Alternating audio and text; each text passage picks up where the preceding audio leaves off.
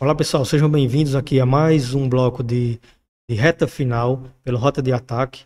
Agora vamos ver direito constitucional por questões que também são, assim como as outras disciplinas, está sendo elaborado por questões inéditas, certo? Vocês nunca resolveram essas questões, então eu recomendo que vocês sempre pausem a questão, tenta resolver antes de mim e depois ver a resolução.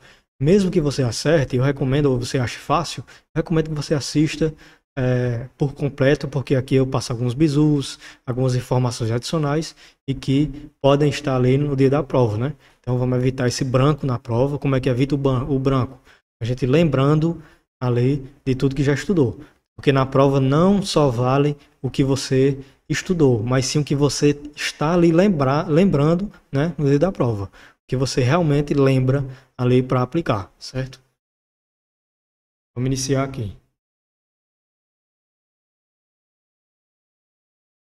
A gente vai ver os princípios da administração pública, vamos ver também segurança pública, organização, política administrativa,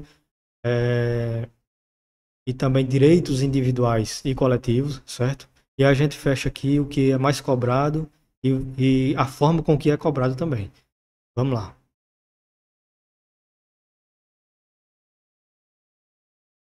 Lembrando, pausa e tenta responder primeiro, certo? O princípio da eficiência,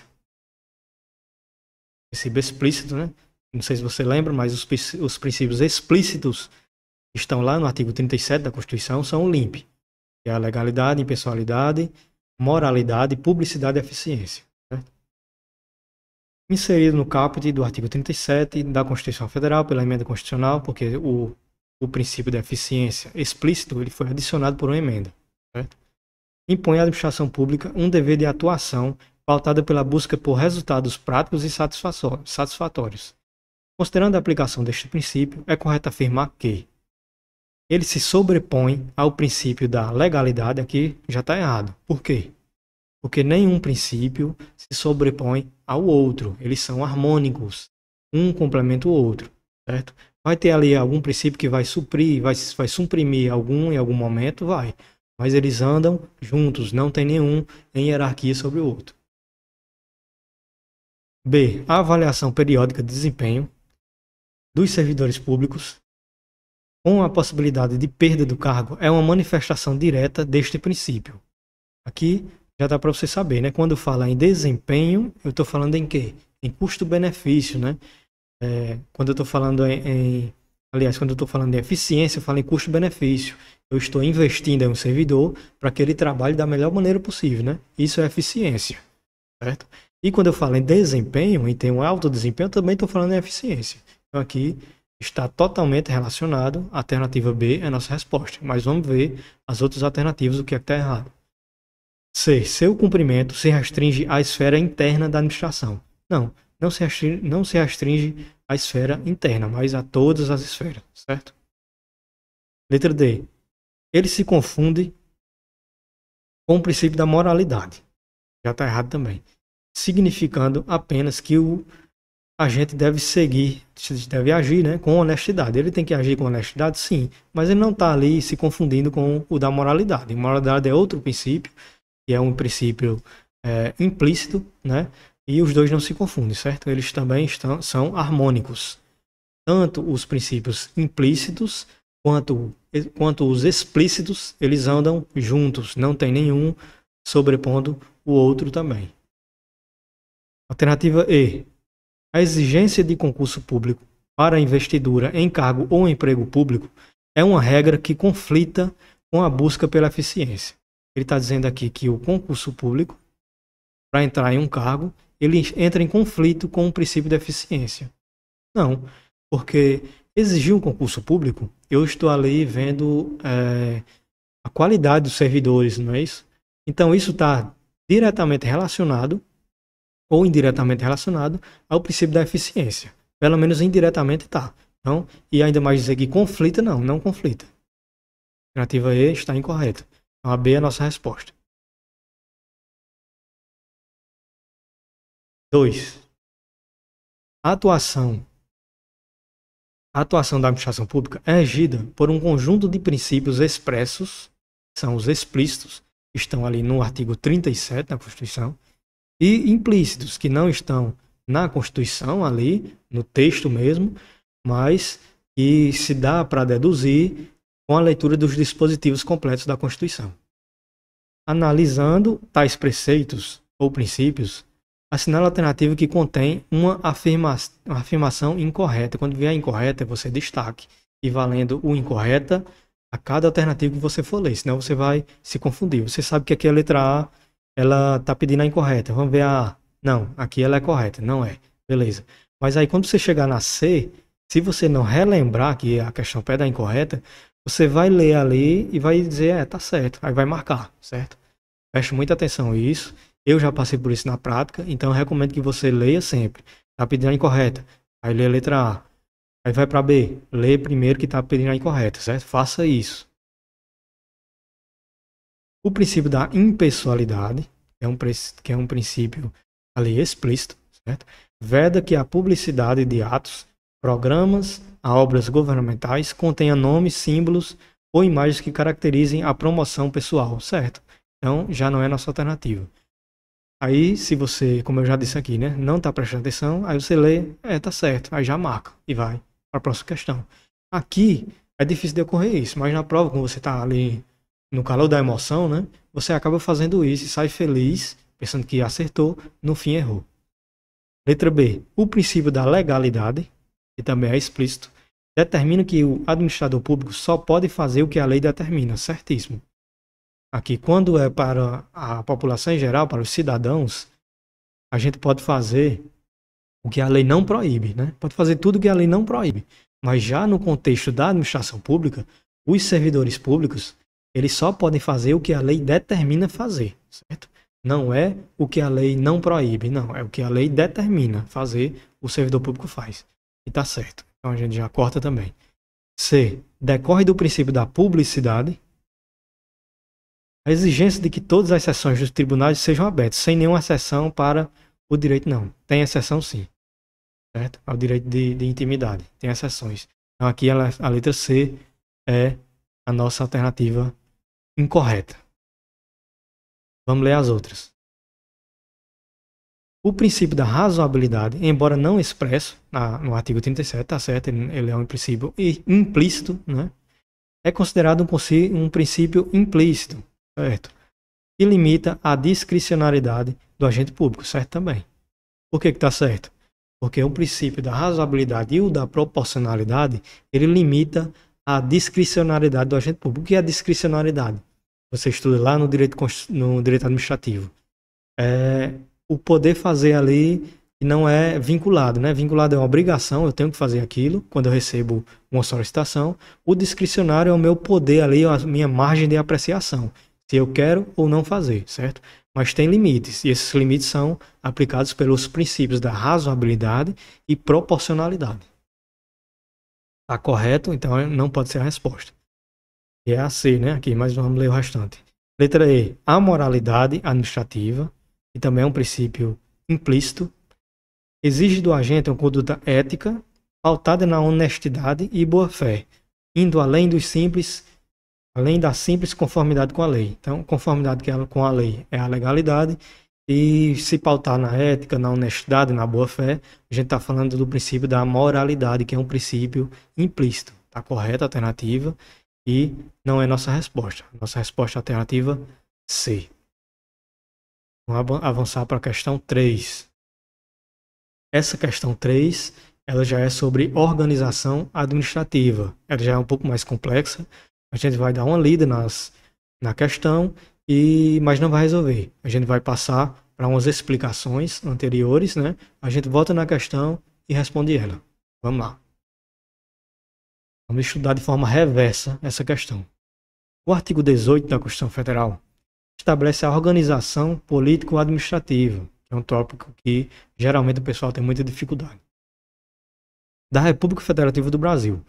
Sobre a autonomia e as características dos entes federados, é correto afirmar que os territórios federais, por serem considerados autarquias territoriais da União, possuem autonomia política plena, tais como os estados. Pronto. E a gente vai traduzir agora esses termos, certo? Para retornar à questão. Falando em organização político-administrativa, ela compreende o quê? Quais entes? Os entes. Vamos lá. Compreende os entes da União, Estados, Distrito Federal e municípios. Ah, tá faltando território. Não. Território, ele não é considerado aqui, ele é excluído pela organização administrativa, certo? Você tem que lembrar disso porque isso despenca em prova. Aqui é só a União. Quando falar em organização política administrativa, só vai estar falando de União, Estados, Distrito Federal e municípios, certo? Outra observação a se fazer. O que é que eles se dispõem? O que é que eles têm, não é? Eles têm... Eu gosto de fazer um mnemônico, que é o galo, certo? Galo. O que é esse galo? Vamos lá. Quando falar em disposição dos entes políticos dentro da organização política administrativa, que não tem os territórios, repetindo para você nunca esquecer, você vai lembrar do mnemônico galo. O que é que significa galo? Eles têm autogoverno. Eles têm, eu vou já falar sobre cada um deles. Né? O G é de autogoverno, né? O outro é autoadministração. O L é de quê? De autolegislação. E o O é o quê? Aí lembre-se agora lá das aulas de português, e aqui a gente tem que usar o hífen, certo? Porque está repetindo o O. Auto-organização. Agora vamos ver o significado de cada termo desse que também vem em prova.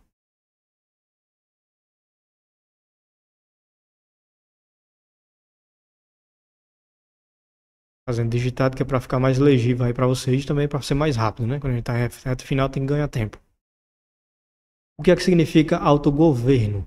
Significa que eles têm a sua própria organização ali pelos poderes executivo, legislativo e judiciário. Isso significa o autogoverno. Com exceção dos municípios, que não têm o poder judiciário, né? Só tem o poder executivo e legislativo. Mas os estados, a União e o Distrito Federal, eles têm poder executivo, legislativo e judiciário. Autoadministração, o que é que significa? Eles dispõem ali de administração financeira, administrativa e orçamentária. Quando falar em administrativa, financeira e orçamentária, ele vai estar falando da disposição de autoadministração, certo? Autolegislação, o que é que significa? Que eles podem fazer as suas próprias leis. O ente da União, ele pode fazer suas leis. Os estados têm suas leis próprias. Os municípios também, assim como o Distrito Federal. Auto-organização, o que é que significa? Eles podem se organizar ali de forma autônoma, né? Eles podem se organizar como os estados, eles se organizam por constituições estaduais, assim como tem a Constituição da República Federativa do Brasil, que é a Constituição Federal de 88, os estados têm suas próprias constituições, né? Que é como se fosse uma cópia ali, mas faz algumas alterações, mas tem que estar em consonância com a Constituição Federal.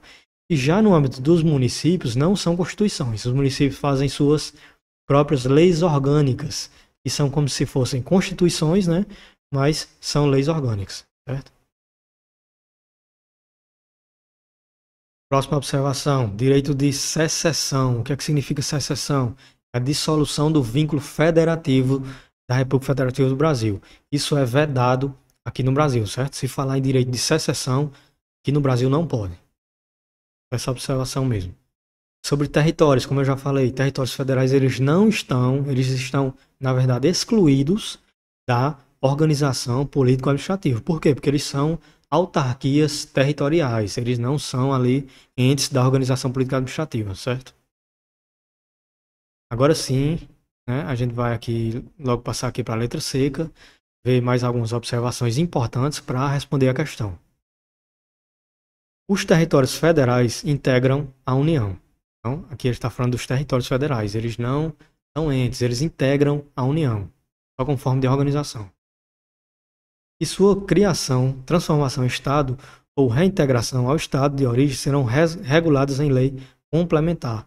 O que é que as questões podem fazer aqui e que realmente fazem, como eu vi nas questões, é colocar lei ordinária. Quando falar em território federal, eles são ali integrados, criados, né, transformados por lei complementar, não é lei ordinária, certo? Os estados podem incorporar-se entre si, subdividir-se, desmembrar-se para anexarem a outros ou formarem novos estados ou territórios federais, mediante aprovação de quem? Da população diretamente interessada, através de plebiscito. As questões aqui colocam o quê? Referendo. E vai estar errado. Quando falar em modificação dos estados, desmembramento, transformação, etc., criação de novos estados, tem que ser mediante uma prévia, né, consulta à população interessada. E essa prévia, o pré, né, já dá o bizu para você de plebiscito, certo? Plebiscito. E do Congresso Nacional. Congresso Nacional. Por lei o quê? Complementar. Aqui também a questão pode colocar lei ordinária e vai estar incorreta. Lei complementar. Parágrafo 4º. A criação, a incorporação e a fusão e o desmembramento de municípios, agora a gente está falando de municípios, já é diferente o processo. Far-se-ão por lei estadual. A criação é por lei estadual. Vai ter questão que vai trazer lei municipal, tá errado. Vai dizer que é uma lei federal, tá errado. É lei estadual. Dentro do período determinado por lei complementar federal. Então veja aqui que aqui tem duas observações a se fazer. Uma lei complementar federal, ela vai estabelecer um período, certo? Para a lei estadual seguir para modificar os municípios. Esses são alguns dos requisitos, certo? Mas tem mais. O que mais? Consulta prévia, mediante plebiscito também, aqui já é em comum com a modificação dos estados, as populações dos municípios envolvidos.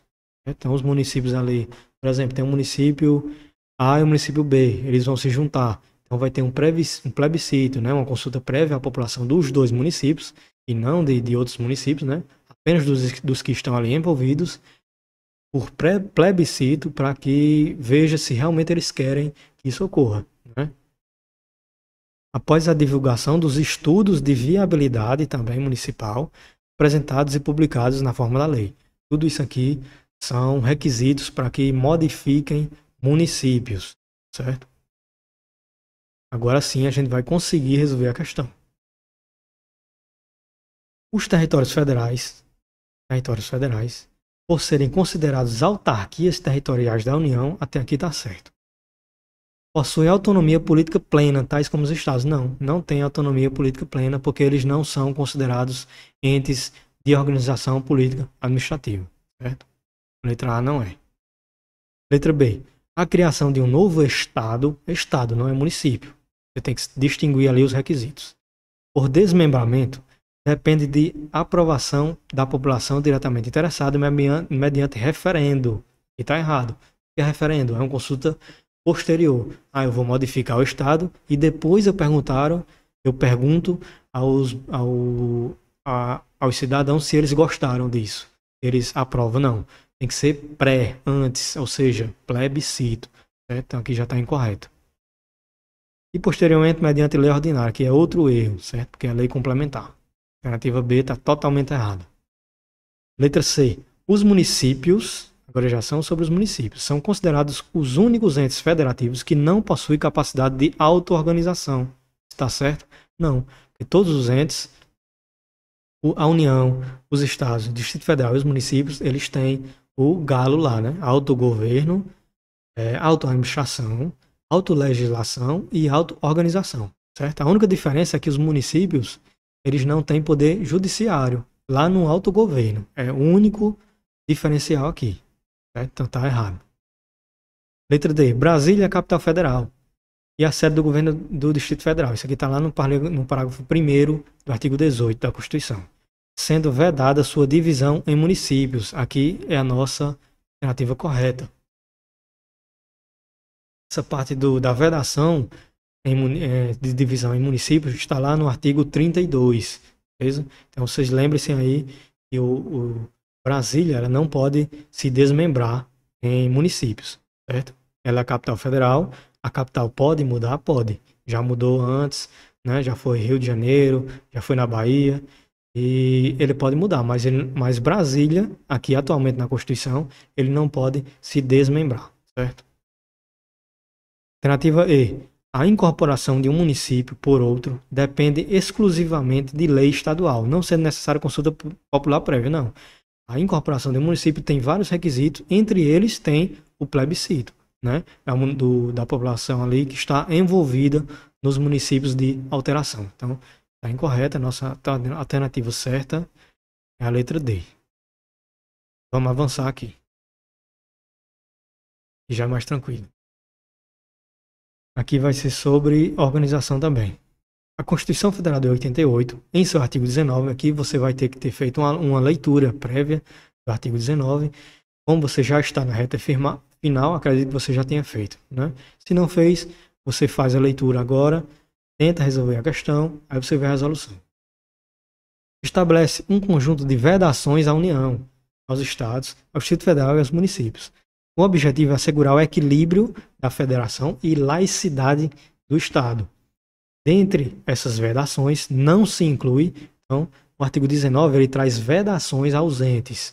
E a questão quer saber qual das alternativas que não está incluído uma dessas vedações. Vamos lá. Estabelecer cultos religiosos ou igrejas, subvencioná-los, embaraçar-lhes o funcionamento ou manter com eles ou seus representantes relações de dependência, isso daqui ele prejudica a laicidade do Estado e é proibido, é vedado, certo? Recusar-se fé aos documentos públicos também é vedado. É a questão que aqui não é uma vedação. Criar distinções entre brasileiros ou preferências em si também aqui prejudica a questão da isonomia federativa, né? Então é incorreto porque ele é uma vedação. Letra D. Delegar a prestação de serviço público a outras esferas de governo por meio de convênios ou consórcios. Não, aqui não está entre as vedações no artigo 19. Então, nossa alternativa D é aqui a questão solicita, certo?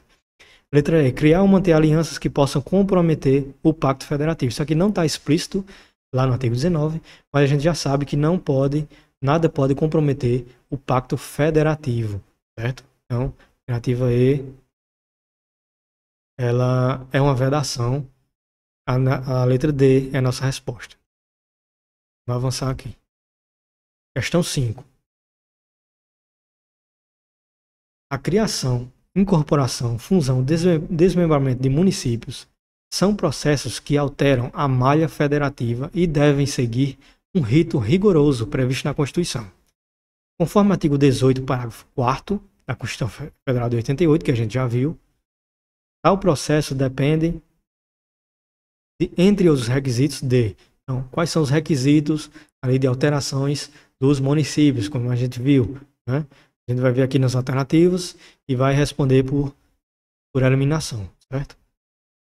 Lei complementar federal, definindo o período, né? Isso daqui tá o quê? Tá certo? Ah, que a lei complementar federal, ela define o período, certo? A gente vai ver o restante. Consulta prévia via plebiscito, aqui tá certo.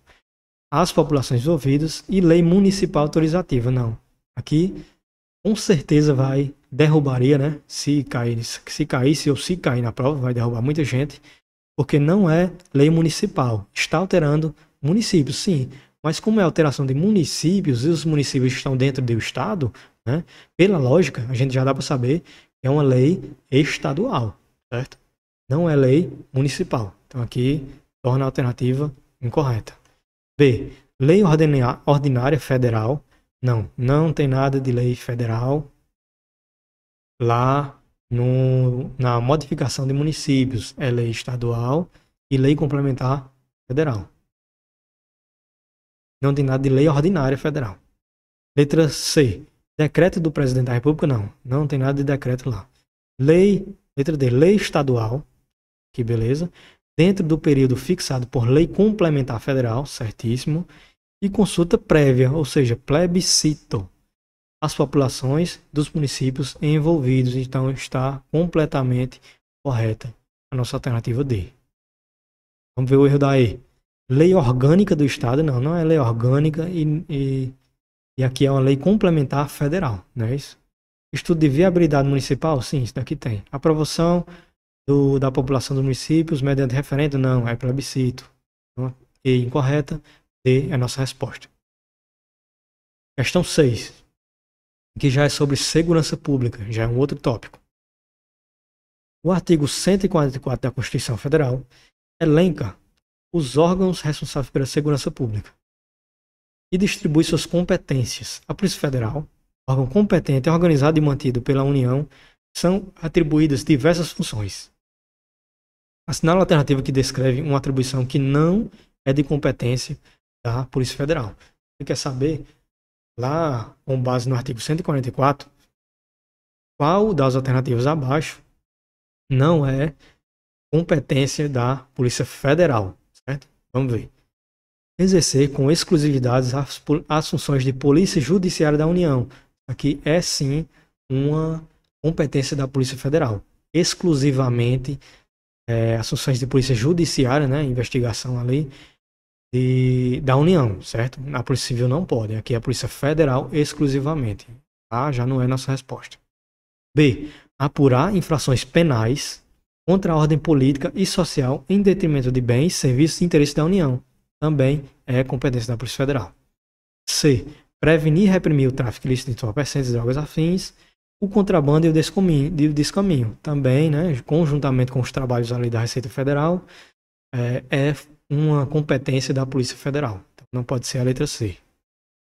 D. Exercer as funções de polícia marítima, aeroportuária e de fronteiras. Também, lá de acordo com o artigo 144, é competência da Polícia Federal. E. Realizar a polícia ostensiva, aqui já está errado. Polícia ostensiva é só o quê? A polícia militar e a polícia rodoviária e ferroviária federal. Então, não pode ser a letra E, certo? Que é a nossa alternativa no caso, né? Que não é uma competência. Procurando aqui, vendo todas cortadas, eu cortei a letra E, mas aqui é a nossa resposta, né? Por isso que é importante a gente sempre ver se ela pede a correta ou a incorreta, né? Tá vendo que aqui já teve um equívoco. Letra E é a nossa resposta, certo? Questão 7. Conforme o artigo 144, ou seja, aqui também é de segurança pública, a Constituição Federal, a segurança pública, dever do Estado, direito e responsabilidade de todos, é exercida para a preservação da ordem pública e da incolumidade de pessoas e do patrimônio.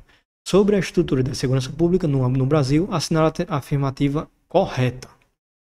As polícias civis, dirigidas por delegado de polícia de carreira, incumbem as funções de polícia ostensiva, errado. Ostensiva é com polícia militar, rodoviária federal e ferroviária federal, certo? As guardas municipais, embora não sejam polícias, são órgãos de segurança pública destinados à proteção de bens, serviços e instalações do município, conforme dispuser a lei. A gente vai deixar em stand-by, né? Que é a que mais parece ser correta. Letra C. As polícias militares e corpo de bombeiros militares são forças auxiliares e reserva do Exército, aqui está ok, subordinando-se, em caso de imobilização, ao Ministro de Defesa. Poderia confundir? Poderia, mas eles sempre são subordinados, de acordo com o artigo 144, aos governadores dos estados e do Distrito Federal. Não é o presidente, em caso de guerra, nem de jeito nenhum. É governador dos estados, certo? E do Distrito Federal. D. Compete à Polícia Rodoviária Federal apurar as infrações penais. Apurar infrações? Não. E apurar infrações é só com a Polícia Militar no âmbito dos crimes militares, né? E Forças Armadas também no âmbito dos crimes militares. Polícia Civil no âmbito dos estados e Polícia Federal no âmbito da União. E está errado. Letra E. A segurança viária exercida para a preservação da ordem pública e da incolumidade das pessoas, seu patrimônio nas vias públicas, é de competência exclusiva dos estados. Não, não é exclusiva dos estados. É dos estados, Distrito Federal e municípios. Não tem o Demutran ali também? Então é isso. Incorreto. Nossa alternativa correta vai ser a letra B. Guarda Municipal, ela não integra uma polícia, por enquanto, né? A gente sabe que tem um trâmite aí para se transformar em polícia, mas ela faz parte ali da segurança pública, certo? Alternativa B é a nossa correta. Questão 8. As polícias militares e corpos bombeiros militares são instituições estaduais com um papel fundamental na segurança pública. De acordo com a Constituição Federal, é correto afirmar que as polícias militares e o corpo de bombeiros militares subordinam-se diretamente ao ministro do Estado. Não, está errado. Eles subordinam-se aos governadores dos estados e Distrito Federal. Ou Distrito Federal, né? Não pode ser A. Letra B. A função de polícia judiciária militar exercida exclusivamente, já fique de orelha em pé, pelas polícias militares. Lembre-se, quando eu falar exclusivamente, somente, obrigatoriamente, eu não quero dizer que já está incorreto, não. Mas 95%, né, de chance de já estar errado. Certo? Mas sempre leia o restante para não fazer besteira. É de competência exclusiva da Polícia Militar? Por mais que a Polícia Civil não possa, né, e nem a Polícia Federal, em crimes militares, mas também tem um âmbito ali da União, que são as Forças Armadas, certo? No Exército, na Aeronáutica, na Marinha. Então não é exclusivo das polícias militares, também das Forças Armadas. B está incorreto. C. As polícias militares e os corpos de bombeiros militares, forças auxiliares e reservas do Exército, aqui está ok, subordinam-se, juntamente com as polícias civis, polícias penais estaduais e Distrito Federal, aos governadores dos estados, Distrito Federal e dos territórios. Certíssimo. É a nossa alternativa correta. As polícias militares, o Corpo Bombeiro Militar, a Polícia Penal, as polícias civis e as polícias penais estaduais, certo? Porque também tem as polícias penais federal, a Polícia Penal Federal, que ali ela já é do âmbito da União. A Polícia Penal estadual, assim como a Polícia Civil, Militar e Corpo de Bombeiros, eles se subordinam aos governadores. Letra D. Aos corpos de bombeiros militares competem, além das atribuições definidas em lei, a execução das atividades de polícia ostensiva, não. Letra E. A remuneração dos integrantes da Polícia Militar será fixada exclusivamente por lei complementar federal, não. Ali a lei complementar federal, ela só dá algumas diretrizes, mas são os estados que estabelecem essa remuneração. A nossa letra C é a alternativa correta. Questão 9, que é a penúltima. O artigo 5º da Constituição Federal garante a inviolabilidade do domicílio ao dispor que a casa é asilo inviolável do indivíduo. Ninguém nela podendo penetrar. Cai muito essa parte aqui de inviolabilidade do domicílio nas provas de polícia, certo? Então você tem que prestar atenção, fazer questão sobre isso e ler a letra seca lá no artigo 5º. A segunda alternativa que descreve uma situação em que o ingresso em domicílio alheio sem o consentimento do morador é vedado. Então, qual das alternativas que mesmo que com a recusa, né, mesmo que sem o consentimento do morador, é vedado? Para prestar socorro em caso de inundação, é vedado? Não é vedado. Mesmo que o morador não dê ali autorização, a gente pode entrar, qualquer pessoa pode entrar, violar o domicílio para prestar socorro. Durante a noite, para cumprir mandado judicial de busca e apreensão, aqui está errado, certo? Sem o consentimento do morador, é vedado durante a noite, mesmo, né, com cumprimento judicial, mas com ordem judicial, né? Porque a ordem judicial ela tem que ser cumprida durante o dia, a noite não pode. Então a nossa alternativa é a letra B, que é vedado. Letra C. A qualquer hora do dia ou da noite, em caso de flagrante delito, pode sim. Qualquer hora do dia e noite, em caso de flagrante, a gente pode violar o domicílio.